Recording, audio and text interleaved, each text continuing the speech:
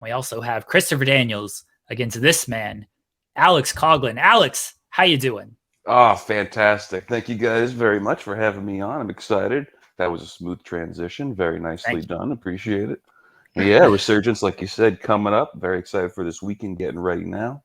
It's the home stretch, just making sure I'm feeling good heading into the weekend. We appreciate you joining us because I assume you're over in LA already, and I know it's early over there. So thank you for getting up early and taking the time to join us. Let's talk about the match with Christopher Daniels. That's a veteran still going strong. Your thoughts on Daniels and what fans can expect from this match? Well, I know recently, within the past couple of years, Christopher Daniels, he uh, was partners. He tag teams with a good friend of mine, Yuya Uemura, another LA Dojo student. But Christopher Daniels wound up turning on him. This was around a year or so ago, within the past couple of years, and just ever since then, I just that's my friend. I've had a chip on my shoulder about him. I don't care what he's done since then. We kind of have a beef in that regard because that's my friend. So this coming up, it's the pre-show. It starts, I believe, 4:20 Eastern time this Sunday. You can catch two matches, one of which is me versus Chris Daniels, and me giving him the receipt for that. So you can expect a lot of chops. You're a big proponent of the New Japan LA dojo where you train. We've heard a lot of stories over the years about the New Japan dojo in Japan. Can you talk to us about the training regimen, some of the expectations that are there, and parts of your training that maybe are most challenging to you? Well, every story you heard is 100% true, including all the dragons that are in the basement. But I'll talk about the actual training. Between the LA dojo and the Japanese dojo, they're both run, very similarly. The Noge dojo in Japan versus the one over here in Carson.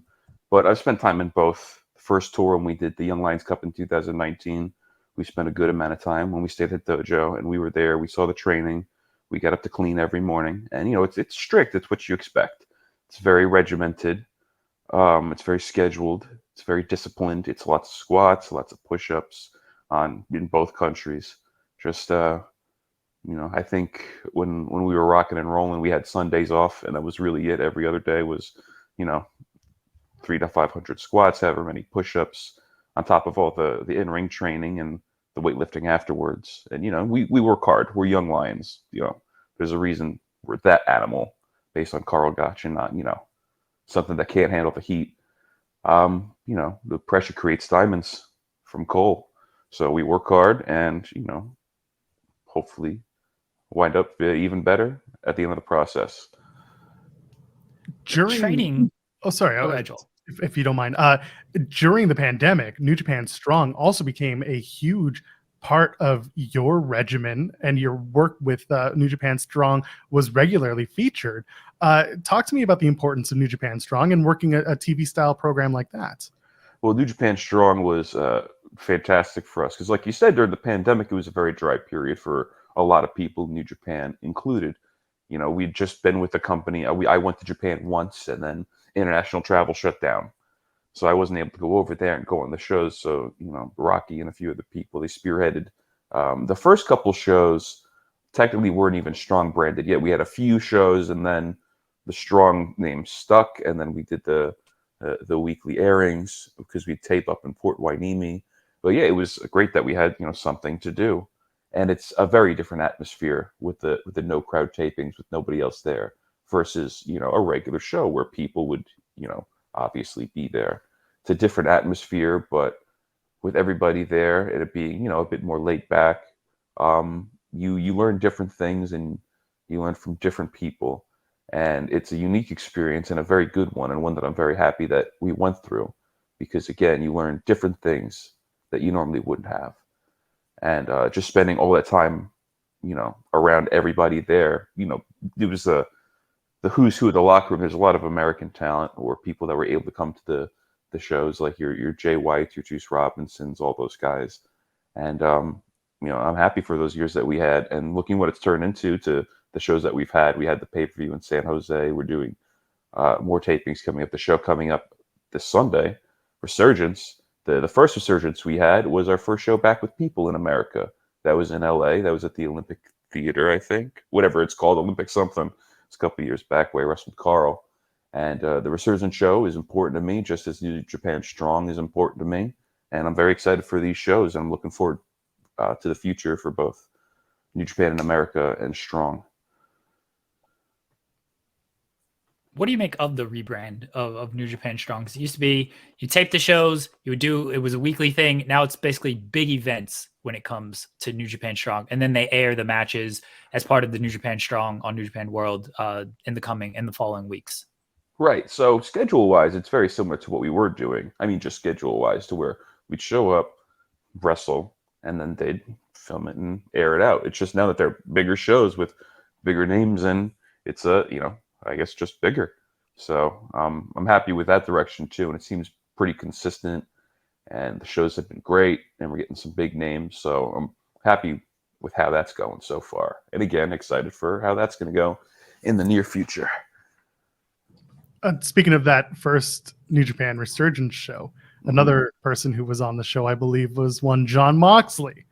And you ended up having a match with him recently at Bloodsport. Hell yeah. How did that come together? And really, I mean, you two went hard in that match. Talk to me about the match, how it came together, and just the general sentiment coming out of it afterwards.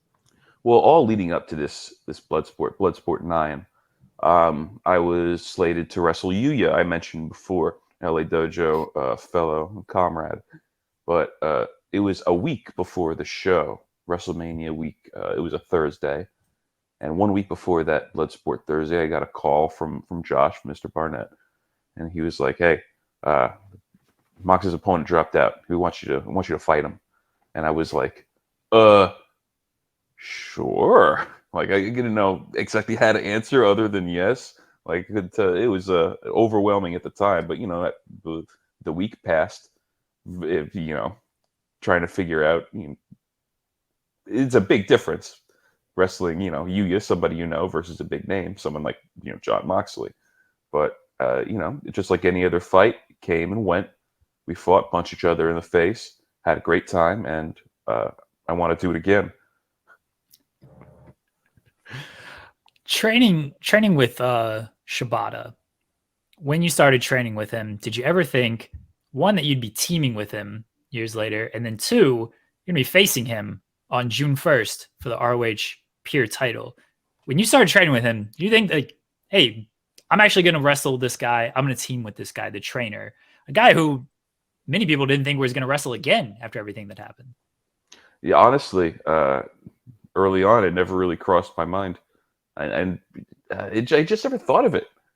It's so weird. The past few years, it's been 5 years since, overnight my life changed from living in New York just to moving to LA and training with living with this legendary trainer, just a whirlwind, just a flash. And every now and then I stop to think just how weird my life is. Like a few years ago, I said, oh, you're going to live with a 40-year-old Japanese professional wrestler and train with him and then make him chanko and drive him places. It's like, oh, that I don't know how much I'd believe of that, but just who he is and what he's done and the circumstances that led him to become a trainer. He wasn't a wrestler. He was, soft retired at the time. I didn't think too much about him getting back in the ring. I was focused on, not dying during the training I was currently doing. So looking back and seeing where I am now, it's very cool that I had the opportunity to do both, be on both sides of the ring from him. The one where we wrestled in Rhode Island, where we teamed up, and very much looking forward to June 1st when I get to smack him in the face, because I've been looking for an opportunity to do that for the last 5 years. Is there anything that Shibata's taught you that you carry with you more than anything else in your training? Yes. One thing he'd always say is, don't think, just do. Just keep it simple. It's a problem that I think a lot of people have. You get overwhelmed with the thoughts and the possibilities of of everything that goes into pro wrestling, everything that goes into life. So one thing that I really always try to keep in mind is just take a breath, don't overthink it, just kick some ass. So that's exactly how I'm going to walk into June 1st. When I'm across the canvas from him, I'm just not going to overthink it and just gonna do what brought me to the dance, got me this far. So we'll see. What's it do for you and your confidence, and how much really it seems like respect Shibata has? Because I imagine with everything, the retirement and coming back and everything, he's probably a little selective with his opponents, and he clearly trusts you enough to go in there and be like, I know this guy's gonna give it to me. He's probably got, years of training to take out on me and everything. But also there's got to be a trust level of, okay, he's gonna work well and this is gonna go smoothly. Like, I assumed, again, had a lot of say in picking you to be one of his opponents in this return. Yeah, and that part wasn't lost on me either when I heard I was going to be wrestling him, and that was, a very cool feeling. I've lived with the guy for years. We're very close. It's not just beyond, not just a student-teacher relationship, but actual, I'd say friends. But yeah, it's an amazing opportunity. I mean, it's a who's who. Like, how many matches has he had since he's come back? Singles matches, tag matches, and to be involved with any of them, let alone two of them, one being his first ever tag match, like outside of Japan or something like that, or first ever tag partner in America out of his whole career. That's already an interesting feather. And then just having a singles match with the man who changed my life overnight, it's an end to a big chapter. I want to go back to your match with Ray Jazz recently at Beyond the Test of Time. The Jersey legend himself, of course. Yeah, you had a spot in that match, and you took him from a seated position into a vertical suplex. Yes, I did. Yes. Without saying core strength, brother, what? How? Explain to me. Where did this come from? How did you get to this? Because that alone had me. I was fixated watching that. By being strong as fuck. That's how that happened. That's what I expected.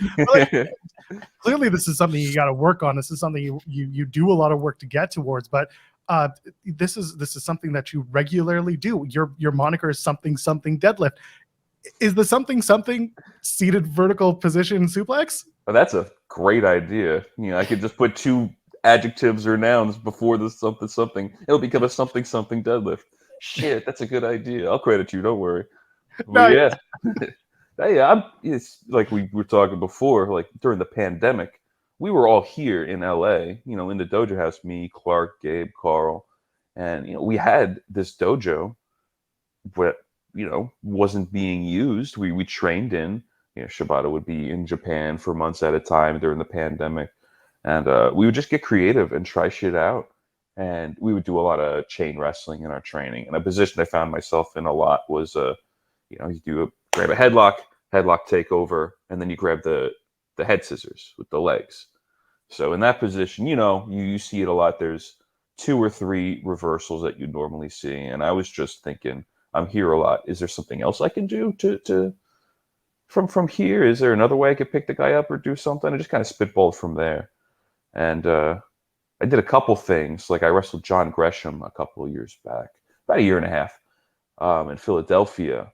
And we did something to where I grabbed the head scissors from a headlock takeover. Instead of the suplex, I grabbed him in like an Argentine backbreaker, like over one shoulder backbreaker, and stood up from there.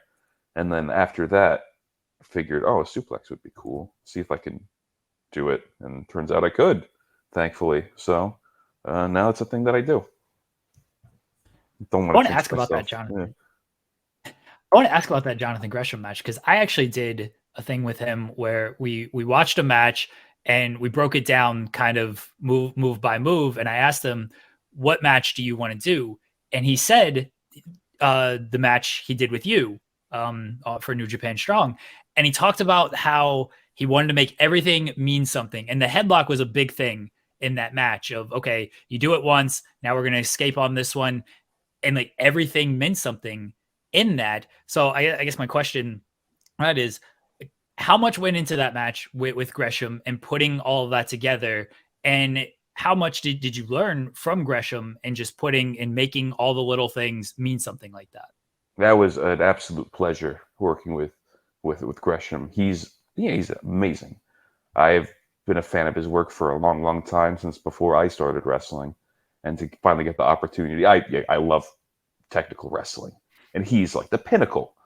So the opportunity to wrestle him, I did not take it lightly, and I wanted to go do everything he said to a T, come in with a few cool ideas, and what we wound up doing, I really, really enjoyed, and I hope we get to do it again. But yeah, I remember seeing that video where he talked about it and everything, and that was a cool feeling for sure. Someone like him to pick a match with someone like me, kind of relatively not too well known compared to him, and give me that spotlight. It was really, really cool, and I loved that match. It was very funny because that was the first match I ever noticed in the crowd that someone brought a sign for me, and it said, "Oh, Android, chop the soul out of him," or something like that, something like my chops. And that was, I think, the only match I've ever done where I did not throw a single chop. So I'm sorry that I disappointed my only fan to ever bring me a sign to a show. But other than that, yeah, the only thing I could say about that is I want to do it again. He was very, happy with the match, clearly, but very put you over big. I'm thank you for watching that. But yeah, when I asked him, like, any match you want to pick anything, he's like, I want to do this match I just had with Coughlin. It was a great match. I'm very proud of this, and I think this will explain a lot to the audience. So I know, it came through across on video, I think, of how happy he was with it, but also That's awesome. He was very happy with it just in our other conversations. So it was a fantastic match too. And again, a lot of little intricacies that I don't know how many wrestling fans pick up on when it comes to that kind of stuff. So that was a great match. Everyone go check that out. I appreciate that. Yeah, I think it was October 2022, 2021, something like that. October 2021. Yes, October 2021. Excellent. You call yourself the Android. What kind of phone do you use? How many? I plead the fifth on this one. That's okay. I'll ask the question I actually want to ask. In a match of Multiverse United, you were teaming with PCO, Callahan, and Fred Rosser. Now, you worked with Fred Rosser before. Putting together a match with those teammates, working with a guy like PCO and Sami Callahan, who are both just bonkers humans in the ring, what was that process like, putting together that match with the four of you kind of together, teaming up? What was the first time ever for the four of you? Yeah, and that show, my WrestleMania weekend was a very busy Thursday afternoon, and that was it. It was just Bloodsport and immediately there for the Multiverse United show. And yeah, honestly, that's a very, I think that's a Mad Lib kind of team. Like, just name four random wrestlers, but it went way smoother than I would have thought. Like, especially with how different you're saying they all. I mean, the Frankenstein man himself. I was there at the Madison Square Garden Ring of Honor New Japan show where he got power bombed from the ring to the outside, just on the floor. So going into it, I was like, oh, it's the crazy guy I'm going to be with. Great. So, but it went way smoother than I thought, and we gelled pretty well, honestly. Way better than I thought we would, and it was a very fun fight. Had a good time at Multiverse United. Yeah, just to put it into people's minds, you were facing the team of Eddie Edwards, Joe Hendry, and the team of Team Filthy, JR Kratos and Tom Lawler. So a lot of guys that you've worked with in the ring, but also a few from Impact that maybe you hadn't yet. So it did end up being a very smooth match. It was good stuff. I always wonder how people work with PCO. I say often, he's a guy who hates his own body. And I mean that in the most respectful way, because he's entertaining as hell. It's so true, though. I don't know what happened. I don't know why, but he just does. He just jumps off stuff all the time, and he's not good at flipping. He's terrible at it. but he does it every time. You've shared the ring with a lot of people who have hit really hard. Who has hit you? And you're a person who's hit really hard. Who's hit you the hardest, though? There's been a lot of names. Josh Barnett hits pretty hard. PJ Black hit me pretty hard the first time I wrestled him. And say all the Dojo boys lay it in. Whenever I wrestle somebody like Clark or Carl or Narita. That's mostly in training, though. We just punch each other really hard. But that's really all I can think of. Just the LA Dojo boys being stiff and throwing potatoes. But yeah, PJ Black hit me really hard, too. Going back to your friendship with Yuya Uemura, I'm lucky enough to watch him weekly on Impact Wrestling right now. How did the two of you become such close friends? Where did that all come together? I mean, obviously the dojo has a point in that, but what was the moment that brought you two together? Well, the first time we met, it was during that Young Lions Cup tour in 2019, where the story of that was there was 3 LA dojo guys and 4 Japanese dojo guys and 1 New Zealand dojo guy. So basically, it was kind of an international thing, but the main story was, America versus Japan. Obviously, Uemura being on the Japanese side, me being on the American side. Everybody wrestled everybody, but that was where we met, and that's where we kind of just established the first "nice to meet you" kind of thing. And he was cool then. He was a very nice guy. Saved our ass one time for almost missing the bus the night before. So thank you, Yuya, for that. But then the Resurgence show, the first Resurgence show that we had, that was Yuya's first match in America. And that's when he cut the promo. Nice to meet you, America. I'm Yuya Uemura. I'll never forget that. Nice to meet you, USA. Excuse me. And that's when he joined the LA Dojo. So he moved in with us. And the first night he came in, of course, we all went out in Santa Monica and had a fantastic time. Shout out to Takuma. Hit up his restaurant in Santa Monica. And that's how we bonded. Just getting drunk and hanging out, and it's basically a frat, the LA Dojo. So once you're in, you're in. You're just living and hanging out and partying and training, and getting close. You wrestled Yota Tsuji in the Young Lion Cup, first match in the Young Lion Cup in 2019. Yota's back in New Japan, going after the IWGP World Heavyweight title. Big presentation in his return. What are your thoughts on Yota returning and this new presentation he has? I see him. He's not going unnoticed. All eyes are on him, and he's doing a great job. I like Yota. That was my Corkin Hall debut. It was a very exciting match for me, and I kicked his ass. You won. If he wins this title, you got a claim to a title shot here in my mind. Exactly. I will clip that 5-year-old match and put the finish up and say, I need this match right now. But that's one. It's inevitable. Him and I are going to clash. I ain't worried about it. I don't know when it's going to be, sooner or later, but one day we're going to fight, and it's going to be glorious. Alex, I want to thank you for joining us today. Enjoy the rest of your day. We got the press conference for New Japan Resurgence tomorrow, and the New Japan Resurgence on May 21st. Alex will be in action against Christopher Daniels. The link below, by the way, there is a link below. If you have not gotten your tickets, there's tickets there. It'll also air on New Japan World and Fight. Alex, let everybody know where they can find you at. Yeah, like we mentioned before, you could find me at something deadlift on Instagram. I know it's real stupid, but I've gone this far without changing it. So there's that. On Twitter, I am at Alex Coughlin 93. That's the year I was born. And that's basically it. I got Resurgence coming up, the 21st on Sunday. That's going to be in the Walter Pyramid in Long Beach, California, which is a venue very special to me. That's where I made my New Japan debut back in 2018 against Clark Connors. So it's a very special event for me. So I hope you don't miss that one. The pre-show starts about 4:15, 4:20-ish Eastern time. And you should also look forward June 1st when I punch Katsuyori Shibata in the face.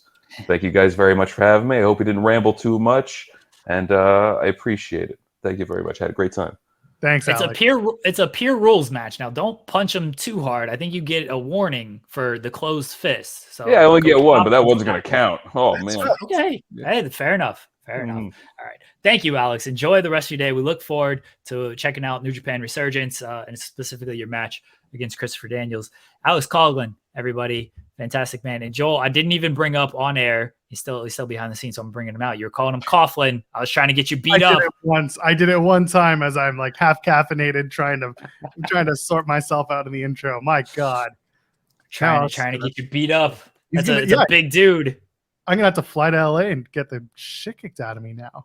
Yeah. he's messaging our private chat saying Coughlin, boo, boo. Yeah, see, let's okay. Will you beat up? Yeah. You bastard! You piece of garbage! How dare you? I did it one time. Tell you what, you did it twice. You did it twice. The record will show twice. No, stop it, Alex. You come to Toronto and I'll buy you a drink of your choice. Give me some Tim No. Hortons. We'll call it even. Sure, why Oh, not? punch We'll him. do that. Punch him in the Around here. face. Sure. That's It'll what we be wanna either. If I see. don't like the donut and the coffee, you're getting one right in the kisser. As long as we can film it for content, we'll be okay. Absolutely. All right, fellas, enjoy. Thank you, Alex. Take care. Thank you.